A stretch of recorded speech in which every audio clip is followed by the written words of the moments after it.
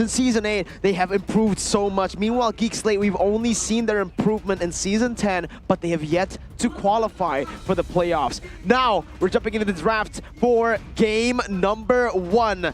Geek Slate on the blue side with the first pick, and Aura Fire is on the red side. 1-1, join Natalia, respected. 1-1 for Chidera, Natalia for Beloy, obviously. But Geek Slate, do they want to pick up something like a Kaja? Or Yi first pick?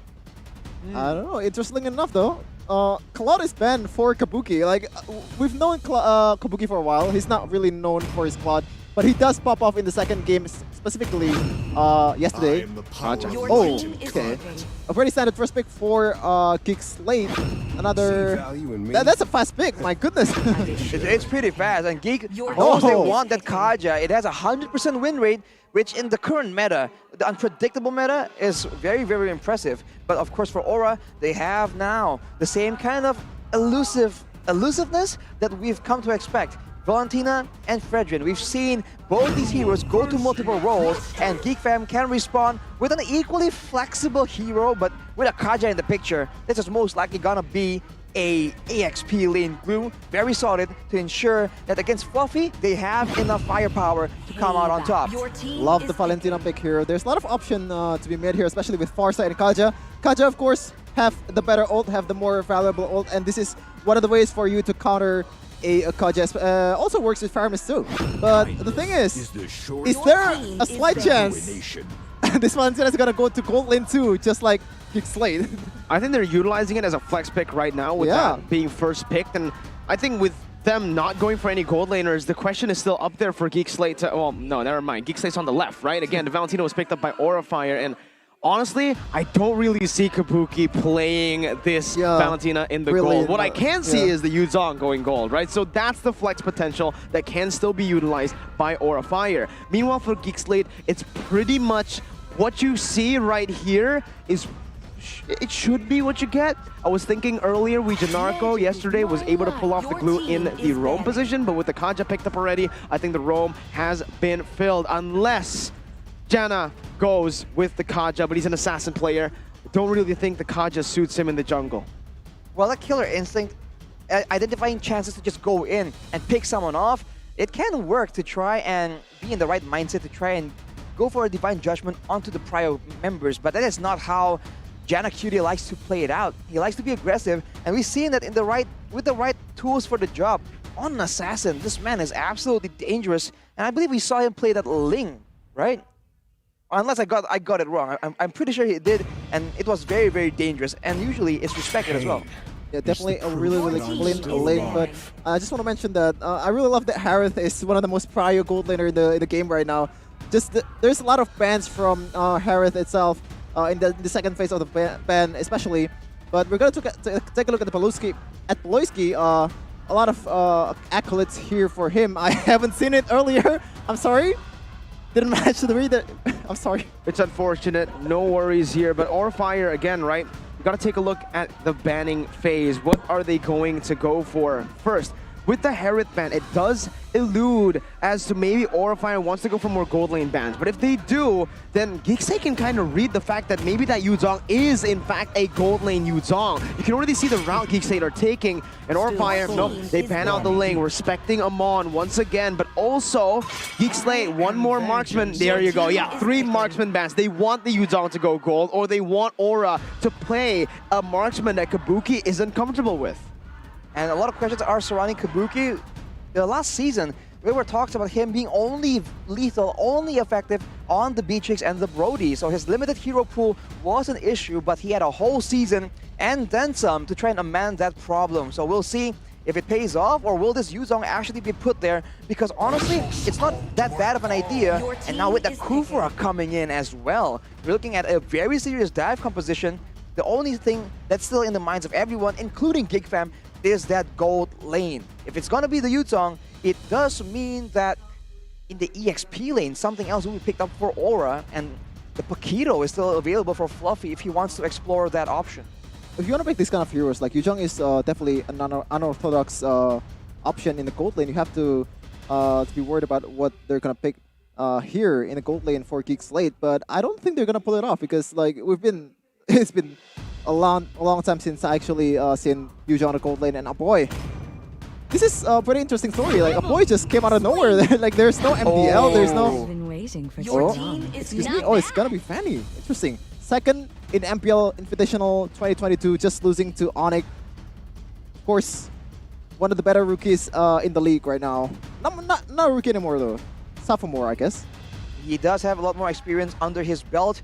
And now, with a Fanny and a carry, it's a bit of a mixed bag for Geek Fam, but this is exactly what they want. They can adjust how they want to approach these games. If they want to go for pick-off, the Farsa, Fanny, and Kaja is definitely a huge problem. If they don't want to go front to back, the glue can be a big problem, and they have the DPS to work with for the carry, but with that Aerithel being picked up by Not Aura. a fan. Yeah, definitely. Aerithel is just really rare. Aerithel even picked in the ranked game. So but Aerithel is just one of those heroes that you thought you have. She has a lot of damage in the late game, but eventually you will realize that other gold laner is a better pick. And I think the only reason Aura Fire is picking that Aerithel because her mobility. I think I prefer much more to other gold laner out there. Oh. Audience prediction: it's gonna be Geek Slate over Aura Fire. This is actually surprising for me. Yeah, I mean, I don't think it's too surprising considering their first match performance. I think Orifire just had a pretty bad start to the season. That's what we're going to call it. Meanwhile, for Geek Slate, I think it was just very impressive considering their opponents and the way they were able to fight, right? Sure, it's still the same outcome. Both of them lost 2-1, but Geek Slate were up against the defending champions, and Orifire were up against Rebellion Zion. Either way, it's time to find out if Geek Slate or Orifire, one of them is going to be able to climb back up in the rankings. Will it be the composition, focus more on the pick-off strat with the team fights late game with the carry, or will it be the dragon from Orifire in that Yuzong? Ladies and gentlemen, welcome to the Land of Dawn for game number 1. Orifire already losing in the mid control, and this is personally why I really like Geek Slate's composition. Yeah, definitely the Kaja helps too because Kaja, a pretty good clearing mechanic, pretty good clearing skill there. But so far there has not been any invades from both of the teams. They have been playing passively. You can wait for a few more levels in order to have that that ultimates have more spells to try and win this out. In the early game, I think Janna is going to be a lot more efficient, a lot more aggressive. Of course, he's up against a Fredrin, so he can't really be aggressive in the jungle. But after that, though, if he wants to roam to the side lanes, Kabuki is going to be in a lot of danger because even against Hedera right now, this carry is kind of winning. It's still pretty even, but for now, look at that. Well, Janna not going to be able to find the Little Wanderer. It's a good secure by high, despite them both not having the retribution. And Janna is forced to recall away. Does get level 4 here, both of them in time. And we're going to have to see once again here in the mid lane, because the mid lane is going to have to be the real answer as to how both teams rotate across the map to help their side lanes. And Luke is gonna go freeze that right away. That's late level 4 for Fluffy. Maybe an advantage when Turtle came off. Janna Cutie will have an advantage. Janna Cutie right now. Actually, they're roaming towards the EXP lane unexpectedly, but it does set Fluffy back. He is still level 3 right now, and the turtle is already being contested, so the Black Dragon form will not be available to try and zone it out. And Luke knows this. Just goes in aggressively on towards high, and he's getting beat up here. And even though there's a numbers advantage, Luke doesn't care, he's still going for it. What is going on? He doesn't, he really doesn't. Slam, pass as well. Godiva, missed timing. Oh, what? Luke flickering out, there. actually juking! Fluffy's petrified! What a play by Luke! With a split now onto Fluffy. That's Janna looking for more! There is a pause that has been initiated, I believe, from the side of Orifire, but what are those mechanics? Oh my god, that was nasty. I think it was an accident. I think it was, but it was a nasty prediction either way. Wow, that was pretty damn solid from Luke. Yeah, definitely using the glue to the utmost potential. There's a lot of pokes, there's a lot of CC that have been put on to high, especially in this kind of turtle fight. You want to have your retribution, you want to have your jungler around in team fight, and right now, one of the teams that have the jungler at the time, Janna Cutie has the advantage. Janna Cutie definitely has more possible plays to be making. He has so much mobility on the Fanny, and you can see that the moment you see the cables coming in, Aura, a team that likes to use the Fanny themselves, just understood the danger, and they immediately felt that presence. But while that's what's happening, Luke, man, he just goes in 1v3, 1v4, and I guess he's just trying to abuse this glue to its full potential. This is exactly where he excels. Pre-level 4 in the early levels, and it's only going to get worse from here if he does get a lead and get some more items. Zoning out with the glue is definitely more stoppable compared to the Yuzong, but if he can shut down this Yuzong pick, this means that Geek Fan will have the control over the Lord Pit, and that also means, Turtle Pit for now, but it also means that the Pharsa will have a lot more space to try and place that perfect feathered airstrike. So Aura needs to try and make it confusing, tries to get around the tanky front lanes to try and get at that soft back line. Yeah, definitely EXP control is very, very important because, of course, Lord is on the side of EXP lane, and Blue is just pretty much a nightmare for Yuzhong. Like, there's a lot better option, but Yuzhong is definitely not one of them. There's gonna be, like, EXP lane is basically just hero matchup, right? You're gonna sacrifice your picks sometimes to be able to kind of help your team in the later stage of the game, in the team fight, but you're gonna lose your laning phase a lot with a certain hero, and I think that's the route that Yuzhong going on. Hang on. We're resuming, and yes, this is what we expected after that crazy play by Luke and Beloy's follow-up with the Divine Judgment. Godiva's going to be taken very low, though. Luke wants to go for more. He actually connects on the pass, but there's no slam just there. Luke doesn't have the split just yet here, but Beloy, everybody is coming in for the follow-up once again onto Fluffy, who's at full stack. The Praise's Wrath onto Luke, who's still alive, but Fluffy will be taken down, and Janna will just be able to cable out of there for free. I think all in all, it's still very much worth it for Geek Slate. Yeah, good recognition from Geek Slate's members, knowing that Luke is in trouble, and they definitely a really good counter engage with Fanny being a real nuisance in the early stage of the game. Whoa, we got a battle! All right, Indonesia, the Indonesian desk and the Bring it English on! desk. Bring it on, Indos! We're at complete odds right here. But for Geek Slate right now, 1k gold lead, not that big of a deal, but considering the very strong mid-game that Geek Slate will have, this is not the start that Aura Fire would want. Well, at least in the early game, we're already winning, right? Basically. Yep. This is the drama right now. English versus ID Desk. Whoever wins, this is the battle of pride, okay? But let's take a look at the emblems first. Let's dive deep as to how this is going to be played. Because I think there's a little bit of a mistake there. I think it is swapped. Perhaps. All right, because initially I saw a Killing Spree Fredrin. I'm like, wait, a high and dry Fredrin, I mean. I was like, whoa, that's interesting.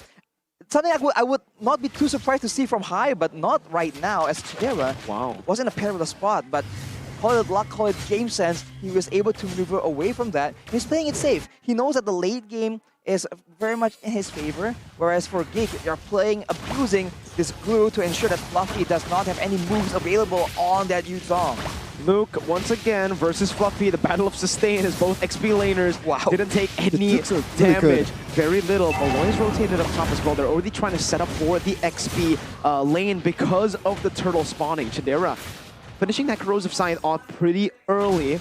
As now High jumps in, gets a knock-up onto Luke, who has a split, though will be Chamber times Rage and the Praise's Wrath. Still able to survive for a bit, but the Petrify connects on the 3. The Divine Judgment just right on time as Fluffy will not be able to find the follow-up on the Furious Dive, but Facehugger uses the Cutthroat of the Fanny to finish the Fanny off. That's pretty ironic. It's pretty funny too. Like, why would you pick up the Cutthroat? But I guess like there's only that, and it actually works out. Gotta make use of your resources. Wow, Facehugger on the Fanny, definitely. On the Valentina, my bad. He was the Fanny for a bit with the IMU, but he is just so flexible and he just knows the potential. And I think Geek Slate was caught completely off guard there. They weren't expecting the aggression. Luke on the glue was trying to just buy so much time, did not get to pop the split properly, getting stun locked, and afterwards, the 3 members backing away gets engaged on by Fluffy on that Yuzong. So that is the kind of engage, the kind of combo that Aura requires to take down Geek Fam, but it's easier said than done, and as of right now, until maybe later on in the 10th minute mark, Geek Slate, with the items right here, they have to seize, and the corrosion side, they have a lot more ways to catch the members of Aura Fire out of position. Interesting itemization from the side of Fluffy. You see the Molten Essence and possibly going to Dominance Ice. There's no damage item just yet. So he wants to... oh, something's happening in the bot lane. Facehugger going in.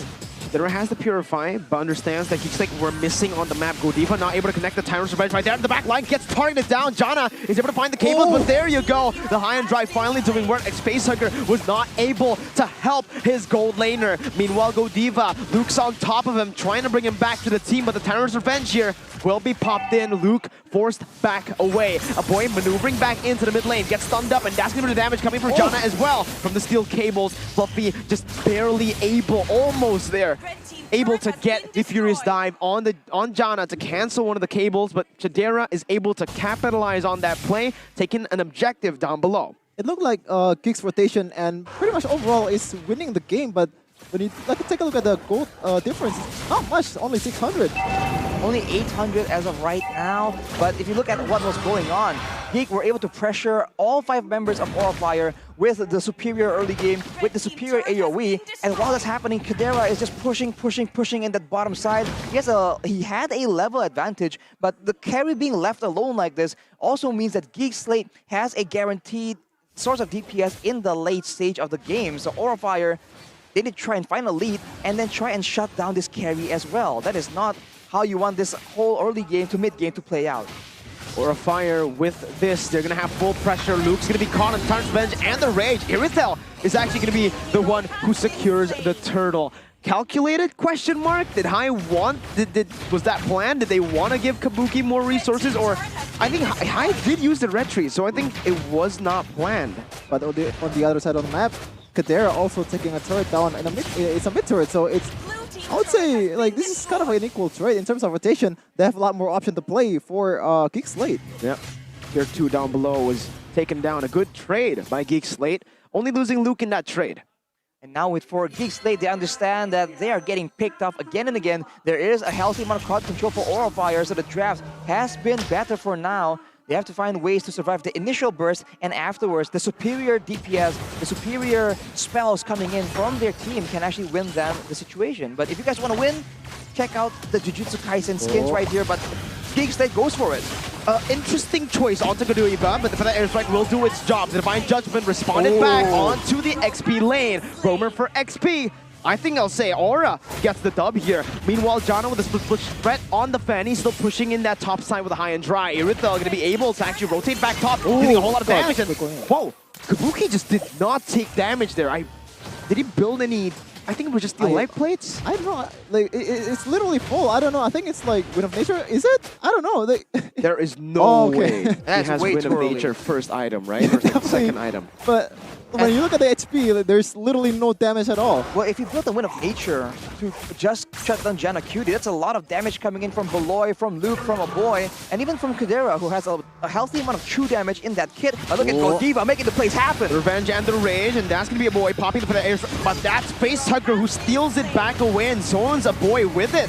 The Black Dragon form to the backside will zone them away as Luke tries his best desperately to make a move onto the mid lane turret to defend it, but it may be a mistake. He decides to disengage, and Aura Fire are able to equalize the gold lead. Yeah, a chance for them to take this Lord 1 members down from the side of Geek Slate, but it's only the Roamer and he's up again once again. Janna Cutie is still eyeing for a opportunity here. Let's see it, Turtle or Lord. Here, in this case, already taken a half HP. Aura Fire still looking for an opening, but Fluffy has used the Furious Dive. But it will be back on cooldown now. Godiva also channeling that Tyrant's Revenge earlier will mean that he won't have it for a bit. There you go, he pops it back in again. And that's Geek Slate, who can utilize this timing. Luke is going to be able to jump in all the way with a split as well, dealing a whole lot of damage and also soaking and isolating all the other members away. As Godiva gets melted down, Janna goes in for the Retribution, wins it, it gets High, and jumps in with a Cutthroat onto High, finishing him off and picking up a double kill while he's at it. Textbook from the XP lane, just zoning all the members with the slam pass combo with the flicker. I think like this is the original combo of Luke. He likes doing this a lot. It's a 0 for 3 for Geek Slate with the Lord as well. And Beloyski survives with a sliver of HP after just grabbing that Lord with his team. Like you guys can grab with a discount of 26,000. go use the promo code grb.to/MPL and get snacks, because it's still only match number 2. But Geek Slate now, with the Lord and the high ground possibilities, they're looking to get something extra, and Aura Fire are in a very, very difficult spot on the back foot. Divine Judgment stolen away. They have to be very careful now that the Divine Judgment has been taken. Luke even can be bursted down if he is isolated. Here, Feathered Airstrike popped in. Kabuki, wow, super low. Forced to use his own ultimate to actually get out of that one. A boy still just standing in front, buying time and zoning the other members away for Chadera to pick up a tier 2. And that's all the tier 2s down. Meanwhile, up top, Tyrant's Revenge and Rage onto Luke, but that's a lot of tenacity on Luke. He's built that up, and now he's practically immune to CC. I would say that's a pretty good defense from the side of Aura Fire. They only lose to like tier 2. No base turret taken just yet. And of course, it's first Lord. It's pretty much a common thing to happen. Well, it's a great use for Geek Slate to only leave the base turrets for now. And if you look at the players' gold, Chidera and Janna is all the way up there, and Luke is somewhat all the way down. So, in considering he's the main front line for the side of Geek Slate, it's not the best of circumstances. But knowing that he's been bursted down again and again before being able to pop the split, he has the Athena shield right now, which will allow him to make those aggressive plays yet again. Because we know who aggressive first usually comes out on top.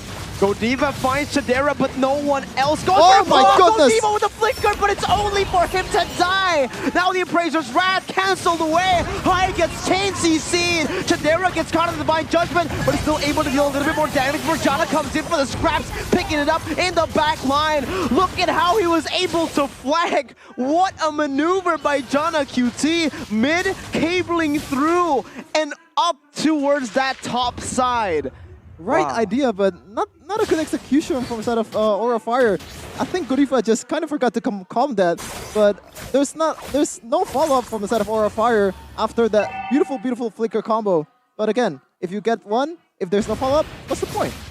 It's not ideal for Aura Fire, and they fight in the jungle there with a lot of crash spaces, so it has potential, but unfortunately, Geek were just a bit ahead, and Aura Fire were a bit out of position, so the synergy is being held in question here for Aura Fire. In the midst of that fight, though, we saw that Janna was able to take the middle base turret, and that's a lot of pressure coming in, and you can argue that maybe if he went in the fight earlier, it could have gone better, but nevertheless, 4.6k gold lead, pushing the top side right now and setting up for this Lord. The team that makes the first move we have seen usually comes out on top due to the surprise factor, due to the initiative, and now it's on to Luke and Godiva.